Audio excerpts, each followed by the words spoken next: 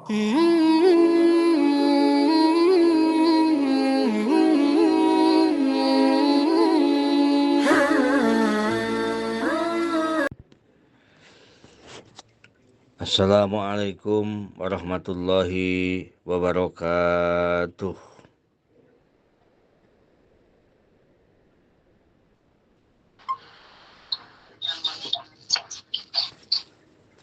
Bismillahirrahmanirrahim. Alhamdulillahirabbil alamin. Assalatu wassalamu ala asrofil anbiya'i wal mursalin wa ala alihi wa sahbihi ajmain. Asyhadu an la ilaha illallahul malikul haqqul mubin wa asyhadu anna Muhammadan abduhu wa rasuluhu shadiqul wa'dil amin. Allahumma shalli wa sallim ala sayyidina Muhammadin wa ala alihi wa sahbihi ajmain. Amma ba'du. Qala Allah ta'ala fi imaminal Qur'anil Karim. A'udzu billahi minasyaitonir rajim. Wasari'u ila magfiratin mir rabbikum wa jannatin arduhas samawati wal ard uiddat lil muttaqin. Shadaqallahul adzim. Puji beserta syukur marilah kita panjatkan kehadirat Allah Subhanahu wa taala yang Maha Ghafur, yang mana telah menakdirkan kita saat ini dengan hidayah, taufik dan inayahnya, limpahan rahmatnya, sehingga kita dikumpulkan di dalam satu majlis online kajian kitab Al-Hikam. Mudah-mudahan kita semua mendapatkan tambah-tambah taufik dan hidayah dari Allah Subhanahu wa taala. Amin ya Allah ya rabbal alamin. Shalawat beserta salam semoga berlimpah curah kepada baginda alam Habibana wa Nabiyana Muhammad sallallahu alaihi wasallam. Ibu-ibu, bapak-bapak, jamaah RFM yang dirahmati Allah Subhanahu wa taala, yang selanjutnya marilah kita lanjutkan kajian kita di hikmah yang ke-251. Wa ila mu'alifi hadal kitab Syekh Ibnu Athaillah As-Sakandari rahimahullah, nafa'anallahu bihi wa bi ulumihi wa asrarih. Syai'ulillahi lahul Fatihah. A'udzu billahi minasyaitonir rajim. Bismillahirrahmanirrahim. Alhamdulillahirabbil alamin arrahmanir rahim maliki yaumiddin. Iyyaka na'budu wa iyyaka nasta'in. Ihdinas siratal mustaqim. Shiratal ladzina an'amta 'alaihim ghairil maghdubi 'alaihim waladdallin. Rabbighfir lana amin. Wa ila arwahi jami' masyaihina khususan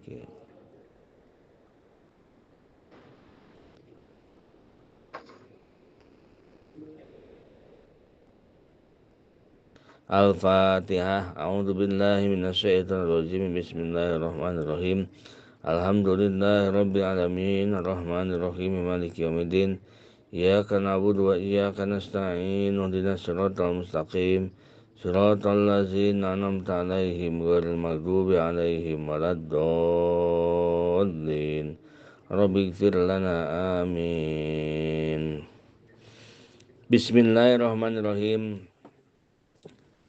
La yu'lamu qadru anwaril qulubi wal asrar illa fi ghaibil malakuti kama la tadharu anwarus samai illa fi syahadatil mulki. Tidak diketahui ukuran cahaya-cahaya yang ada di dalam hati dan sir-sir kecuali di alam malakut, sebagaimana tidak nampak cahaya-cahaya yang ada di langit melainkan di dunia ini. Itulah hikmah yang ke-251 di pelajaran subuh ini. Syekh Ibnu Athaillah di hikmah ini akan banyak menceritakan tentang ulumul ladunia, ulumul laduniyata, ilmu laduni, ilmu yang diberikan oleh Allah Subhanahu wa taala ke hambanya, ilmu yang Allah titipkan, dan ilmu itu bukan dari hasil pencarian, bukan hasil dari apa, tetapi ilmu itu adalah dari Allah Subhanahu wa taala. Saraful anwar allati fil qulubi minal ilmil laduni wa tauhidi wal ma'rifat la yu'lamu illa fi ghaibil malakuti ay fi alamil akhirah wa kadzalika asaruha minal ibadah. Kemuliaan cahaya-cahaya yang ada di dalam hati manusia. Jadi di dalam hati kita itu ada cahaya. Ada yang cahayanya kecil sekali. Kalau yang cahayanya kecil sekali berarti hanya modal saja, yaitu iman. Bagaimana imannya? Nah, di sini ada yang disebut dengan di dalam hati manusia itu ada cahaya baik ilmu laduni. Nah, ilmu laduni itu cahaya. Ketauhidan, kemarifatan, itu cahaya. Tidak diketahui kecuali di alam malakut. Dan begitu pula bekasnya marifat dari ibadah-ibadah yang lain, zikir, sholawat, sedekah tidak diketahui kecuali di akhirat. Ada yang menjelaskan sebagian guru bahwa orang yang ma'rifat, orang yang sudah ma'rifat, orang yang sudah dia bisa muraqabah, bisa terang cahaya hatinya, tidak bisa nampak terlihat di dalam ciri fisik. Ada yang mengatakan begitu, sebagian guru. Misalkan orangnya, kalau yang ma'rifat itu fisiknya begini dia, pakaiannya begini. Nah, tidak bisa diketahui seperti itu. Satu, ada yang mengatakan seperti itu. Ada juga yang mengatakan, sebagian ulama, sebagian surah pensarah kitab, bahwa ibadah-ibadah seperti zikir, sholawat, sedekah dan segalanya tidak diketahui kecuali nanti di akhirat. Di akhirat, wa kadzalika asaruha minal ibadah. Bekas dari kemarifatan, ketauhidan dan ilmu laduni itu tidak akan bisa diketahui sekarang di dunia kecuali nanti di akhirat. Seperti apa kemuliaan juhud, tawakal itu apa kemuliaannya, sabar itu apa sih kemuliaannya, ridho itu apa kemuliaannya, amal ikhlas itu seperti apa kemuliaannya. Ya, tidak bisa dilihat oleh kita kecuali nanti di akhirat. Sampai-sampai banyak menerangkan, sampai banyak mengatakan diantaranya adalah amal ibadah seperti sedekah aja.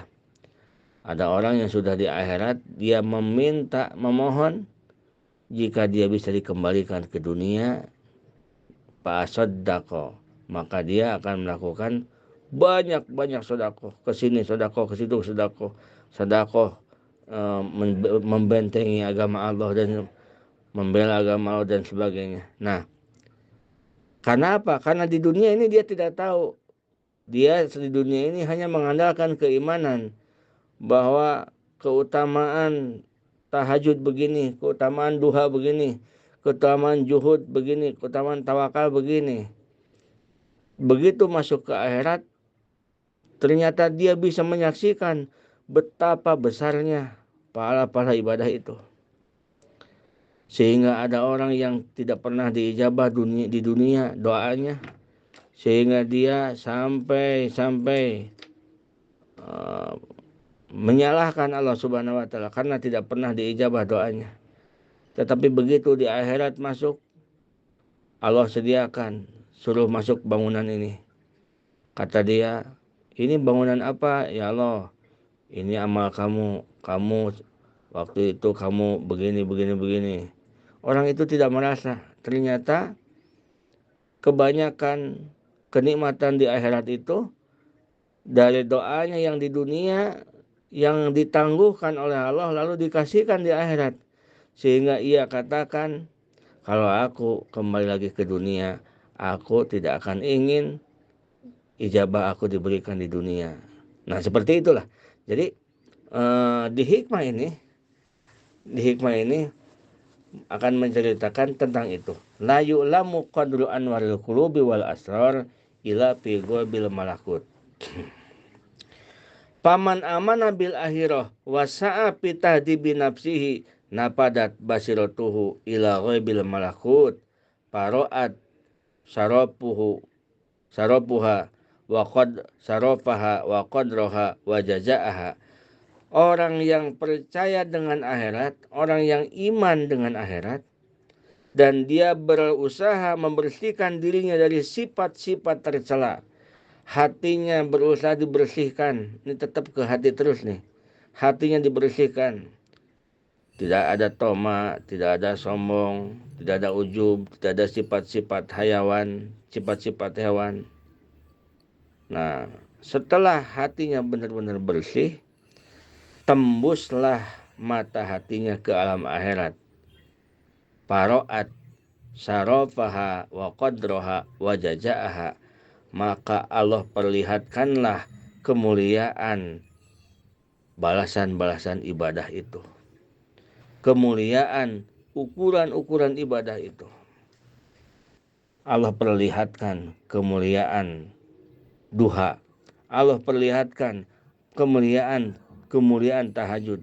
Allah perlihatkan kemuliaan membaca Al-Quran. Allah perlihatkan kemuliaan sedekah dan segalanya. Kalau sudah bersih hati kita. Tapi karena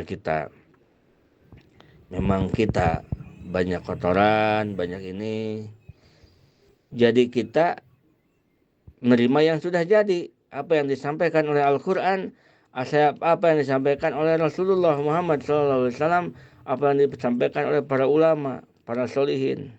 Karena mereka orang-orang yang suci, para ulama, para solihin, apalagi para nabi, orang-orang yang suci, tentunya mereka ruhaninya sudah melihat, sampai melihat tahu betapa benarnya janji Allah Subhanahu wa taala.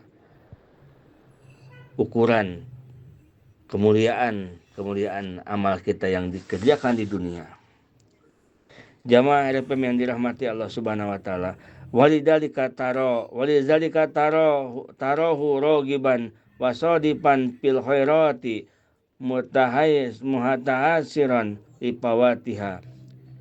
Oleh karena itu, karena mereka sudah bisa melihat keutamaan dan kemuliaan dari amalan ibadahnya, orang tersebut dia akan gemar beribadah.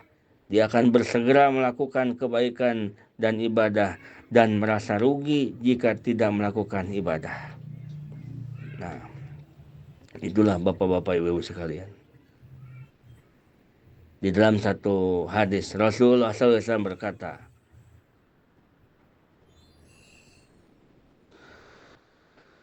yang artinya Allah menghadiahkan kepada kamu suatu salat, yang mana salat itu lebih baik daripada dunia ini. Salat apakah itu? Yaitu salat witir. Salat witir 1 rakaat, nilainya, pahalanya lebih bagus dari dunia ini.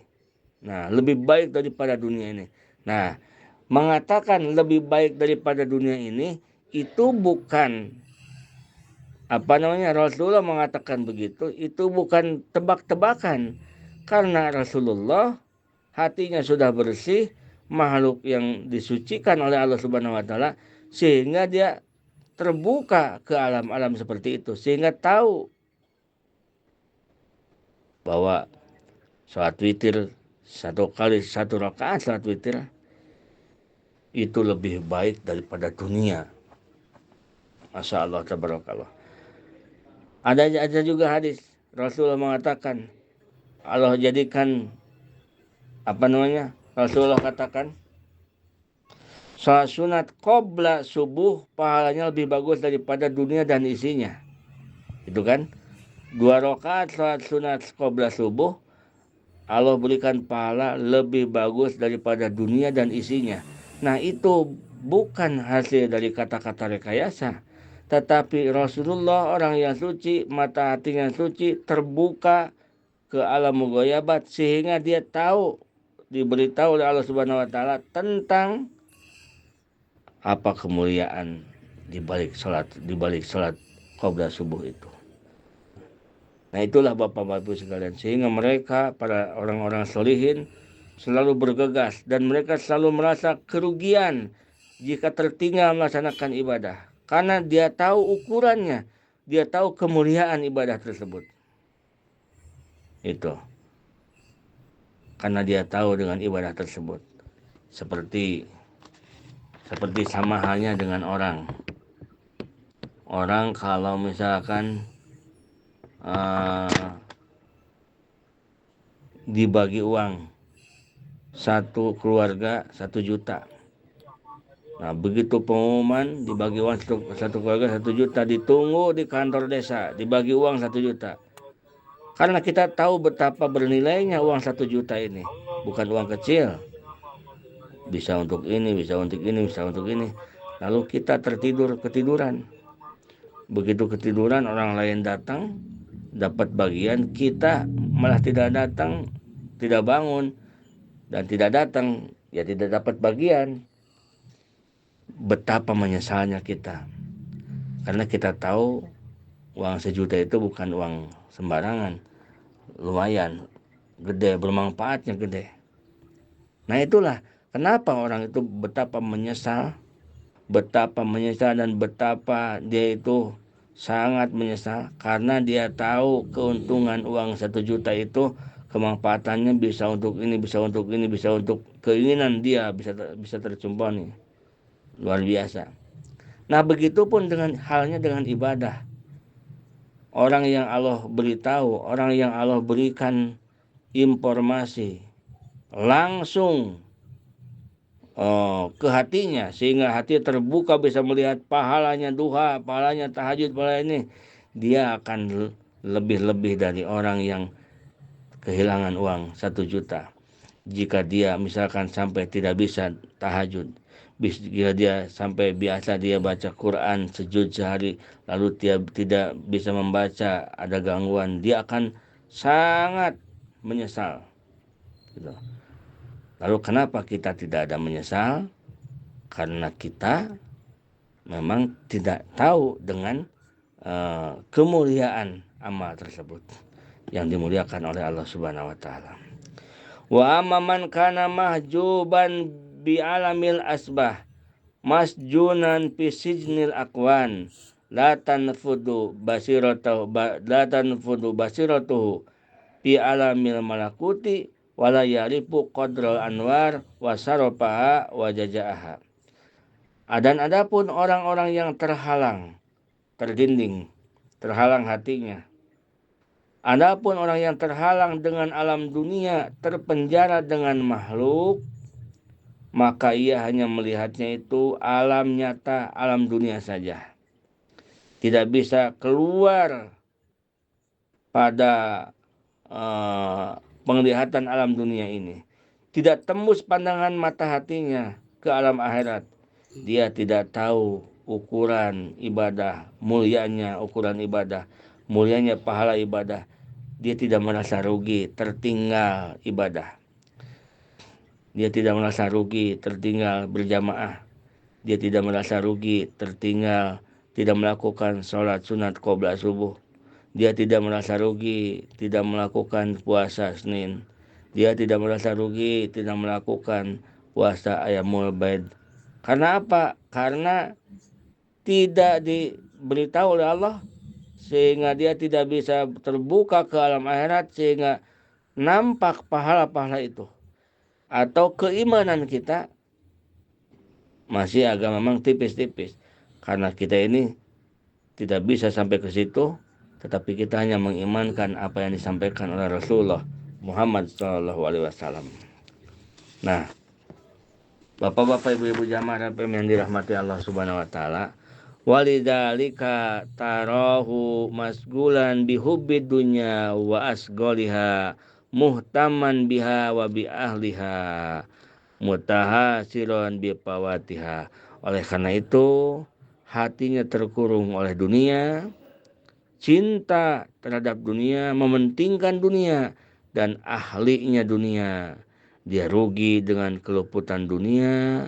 Nah, itulah orang-orang yang terdinding dari mata hatinya, dari melihat tentang keimanan terhadap apa yang disampaikan Rasulullah, apa yang disampaikan oleh Allah Subhanahu wa taala. Jamaah RPM yang dirahmati Allah Subhanahu wa taala, di antara amal yang memang penting kita kaji dan kita pelajari serta diamalkan adalah bagaimana amal ini agar selamat dari riya. Karena riya ini diantaranya adalah yang menjadikan sababiyah terhalangnya, terdindingnya hati kita, sulit untuk melihat ke alam-alam malakut. Jika di hati kita masih banyak penyakit-penyakit hati, ujub, takabur, sombong, dengki, ria. Ria termasuk penyakit hati. Dan ria termasuk penyakit yang sangat berat. Oleh karena itu seorang abidin, seorang hamba Allah, diharuskan salamatu a'malihim, selamat amal-amal ibadahnya, minar riyail jali wa riyail khofi. Dia itu hendaknya selamat amal ibadahnya itu, wiridnya, sedekahnya, sholatnya, selamat dari riya jali dan riya khofi. Apa yang disebut dengan riya jali? Kalau riya jali mah jelas-jelas dia mah beramal ingin dipuji orang. Kalau tadi dia sholat sendiri, bacaannya dia suratnya biasa-biasa, tetapi setelah ada yang nyolek orang lain ikut ke makmum ke dia, bacanya jadi surat Al-Baqarah misalkan, suratnya yang hayang kapuji. Nah, itu dia jali, itu mah udah jelas dia jali. Kalau lagi sendiri baca Quran, cepat. Tapi kalau sama orang disantai-santai seperti biar kata orang nih, oh bagus nih. Nah, seperti itu. Kalau misalkan kalau lagi sendiri dia jadi orang yang pelit, pas lagi banyak orang dia gemar sedekah karena ingin dilihat orang, itu ria jali, ria jelas itu. Yang kedua ada ria khofi, ria yang samar. Kalau ria yang samar ini sulit, kecuali orang-orang yang sudah diberikan paham oleh Allah Subhanahu wa taala ke ilmu batin, atau dia sedang belajar ilmu batin, dia akan mengerti dengan ria khofi. Apa yang dimaksud dengan ria khofi? Ria khofi seperti ini. Seperti sholatnya sendiri. Di masjid sendiri sholatnya. Lalu lampu masjid dimatiin. Dimatikan lampu masjidnya. Jadi tidak terlihat oleh orang. Tetapi di hatinya dia ada berkata di hatinya, ini aku ini begini udah bagus nih, nggak kelihatan orang. Ini di hatinya nih. Ada lintasan. Orang kalau tahu aku sholat nih, orang pasti nyangkanya aku itu, oh betapa sudah ikhlasnya, betapa baiknya ibadahku ini. Sendiri tidak dilihat orang. Nah, kan dia tidak ada orang yang melihat. Sholatnya sendiri di masjid juga gelap, nggak ada yang lihat. Cuman hatinya melintas begini, kalau orang tahu aku sholat begini nih sendiri nggak ada orang, orang pasti akan mengatakan aku ini udah bisa ikhlas. Nah, itu adalah ria khofi. Artinya riya yang samar, yang sangat samar. Hanya orang-orang yang tertentu yang tahu bahwa itu riya. Seperti siapa? Orang yang sudah mengerti tentang ilmu ma'rifat, ilmu tauhid khos, dan orang-orang santri-santri yang belajar tentang ilmu-ilmu tauhid.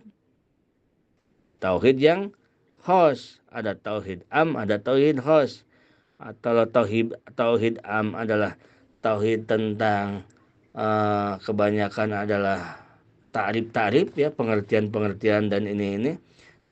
Cuman kalau tauhid khos kebanyakan lebih ke dalam artinya. Gitu. Kenapa dikatakan riya khofi? Karena dia merasa bahwa dirinya beramal. Dirinya beramal. Aku yang sholat. Padahal bukan aku. Tetapi aku ini dibisakan oleh Allah sholat. Aku ini dimampukan oleh Allah sholat. Aku ini diirodahkan oleh Allah sholat. Harusnya yang berlintas di dalam hati seperti itu. Kalau ini dia sholatnya memang sendiri, tidak ada orang. Tetapi dia sudah mengaku punya pekerjaan. Padahal itu adalah perbuatan Allah subhanahu wa ta'ala. Nah itulah riyaul khofi. Jamaah rahimakumullah. Oleh karena itu, ibu-ibu bapak-bapak, di antara ulama memberikan tips cara-cara bagaimana untuk mengikhlaskan ibadah. Cara untuk mengikhlaskan ibadah. Di antaranya belajar ikhlas dengan mengkubur amal. Belajar ikhlas dengan mengkubur amal. Bukan mengkubur amal artinya bukan berarti melakukan amal tidak diketahui orang. Nah, kalau begitu aku nggak mau ke masjid, udah mau kubur amal biar orang nggak tahu aku sholat. Kalau begitu aku nggak mau kelihatan orang, nggak mau ngaji-ngaji ke majelis salim karena itu kelihatan orang. Bukan begitu maksudnya. Tetapi yang dimaksud dengan mengkubur amal itu tidak diakui punya amal, tidak diakui bisa beramal, tetapi dirinya merasakan dibisakan oleh Allah, tidak punya amal karena amal ini adalah diciptakan Allah, taufik Allah, anugerah Allah terhadap dirinya. Nah, untuk mengikhlaskan ibadah itu caranya, ibadahnya itu mau apa saja, mau sholat, mau tahajud, mau sodakoh, mau sholawatan atau apa saja. Di antaranya caranya satu, ada 5 caranya. Satu, jangan ingin terlihat manusia. Ini untuk mengikhlaskan ibadah nih. Ibadah sholat, mau sodakoh, mau baca Quran, mau salawat, jangan ada keinginan di dalam hati ingin terlihat manusia. Beda antara ingin terlihat dengan terlihat manusia. Kalau terlihat manusia tidak apa-apa. Yang tidak boleh itu ingin terlihat. Beda nggak ibu-ibu? Beda. Orang melihat kita ibadah tidak apa-apa. Kita lama kali itu. Orang melihat kita ibadah tidak apa-apa. Orang bagaimana ini? Katanya wirid kok masuk link. Orang ada di link itu ada 50 orangnya, ada 40. Pada tahu dengan ibadah yang lain tidak apa-apa. Tetapi di hati kita tanamkan jangan ingin terlihat manusia. Gitu. Yang penting hati kita tidak ada ingin dilihat oleh orang. Hanya cukup Allah yang melihat aku. Hanya cukup Allah yang melihat aku. Satu itu. Yang kedua, jangan ingin diketahui orang. Ibadah kita itu. Baik mau wirid, mau sedekah, mau apapun, jangan ingin diketahui orang. Ini hati nih. Ini karena yang susah itu hati. Biarpun sembunyi-sembunyi, hati itu nggak bisa sembunyi kan. Nah, hati itu tanamkan di dalam hati, apapun ibadah kita jangan ingin diketahui, jangan ada keinginan diketahui orang. Nah, Jangan ada keinginan ingin terkenal. Tetapi kalau memang Allah takdirkan diterkenalkan oleh Allah, tidak apa-apa, tidak masalah. Terus tetapi jika misalkan diketahui oleh orang, tidak apa-apa, tidak masalah. Ini beda antara jangan ingin terlihat manusia dengan jangan ingin diketahui orang. Karena ada yang tidak terlihat, sudah tidak terlihat dia ibadahnya. Tetapi dia keinginannya ada di dalam hati, ingin orang tahu. Sampai-sampai Pak Haji Aziz, saya ini udah 1 tahun tahajud, tetangga nggak pada tahu, disangkanya saya bangun kesiangan kali. Tetangga nggak tahu saya tukang tahajud. Sampai jam 1 dia bangun, pas mati lampu dia keluar ke rumah tetangga minjem korek. Padahal besok juga bisa. Karena apa? Karena ini tetangga ini mau ke pasar nih. Tetangga mau ke pasar. Karena dia tukang belanja ke pasar jam 1. Kita ke rumahnya minjem korek. Biar ntar juga dia tahu. Kan dia nanya tuh. Oh cina, iya ada. Kok belum tidur Pak Haji? Pak Haji Haji, bukan belum tidur, baru bangun. Emang saya mah biasa jam segini bangun. Nah itu kepancing kan. Padahal dia itu yang dia inginkan itu adalah orang nanya begitu ke dia. Orang nanya karena orang ini nggak pernah tahu kalau dia itu tukang bangun malam, maka dia itu mencari cara bagaimana cara supaya orang itu tahu. Nah oleh karena itu yang kedua, jangan ingin diketahui orang. Gitu. Cukup hanya Allah yang tahu dengan kita. Yang tadi, jangan ingin dilihat orang, cukup hanya Allah yang melihat kita. Yang ketiga, jangan ingin dibalas budi oleh manusia. Kalau kita melakukan kebaikan, jangan ingin dibalas budi oleh manusia, cukup hanya ingin dibalasnya oleh Allah saja. Jangan ingin dibalas budi oleh manusia. Seperti apa? Seperti kalau orang yang misalkan yang sudah diceritakan dulu, biasanya kalau orang kampung itu datang dari kota, pikirannya itu, wah orang kota nih, pasti ngasih duit nih. Nah, dia itu Pak Haji Aziz nyiapin oleh-oleh Pak Haji, wah anyukan hutang kan, tuh nggak? Karena dia ingin kepake nih sama tamunya dari kota, mana tamunya pejabat lagi. Oh, dia nggak punya uang juga ngambil ayam bencit, ikan bedahkeun, gorengan segala rupa. Wah, pokoknya semua disiapkan. Karena apa? Karena ada keinginan balas budi. Karena kalau memberi begini, nanti dia akan memberi ke kita. Begitu diberikan oleh dia, ternyata oleh Allah ini dilupakan orang ini. Pengen pulang aja langsung kan dia akan mengatakan begini, wah besok kalau datang lagi saya kebakalan saya siapin air minum pun nggak bakalan saya siapin. Betul nggak Pak Haji? Jadi tungtungnya kan nah makanya jangan ingin dibalas budi oleh manusia. Itu jika kita melakukan kebaikan kepada seseorang, kepada orang lain, jangan ingin dibalas budi. Contoh orang yang seperti ikhlas tetapi dia tidak ikhlas, yaitu jika ia memberikan pertolongan kepada seseorang, kata orang itu, ikhlas nggak nih nolong saya? Ikhlas saya karena Allah, saya tolong kamu, ikhlas. Udah, kamu butuh kendaraan kan, silakan, saya tolong. Kamu untuk berobat silakan pakai. Benar ikhlasnya? Ikhlas benar. Nah, tetapi udah lama nih dia yang nolong ini butuh pertolongan orang itu. Misalkan dia nyalon lurah misalkan. Nah, orang yang dia tolong itu nggak ngedukung gitu. Dia akan mengatakan, biar nggak bisa balas juga kebaikan saya, dukung atau padahal apa. Nah, itu namanya orang yang ingin dibalas kebaikannya.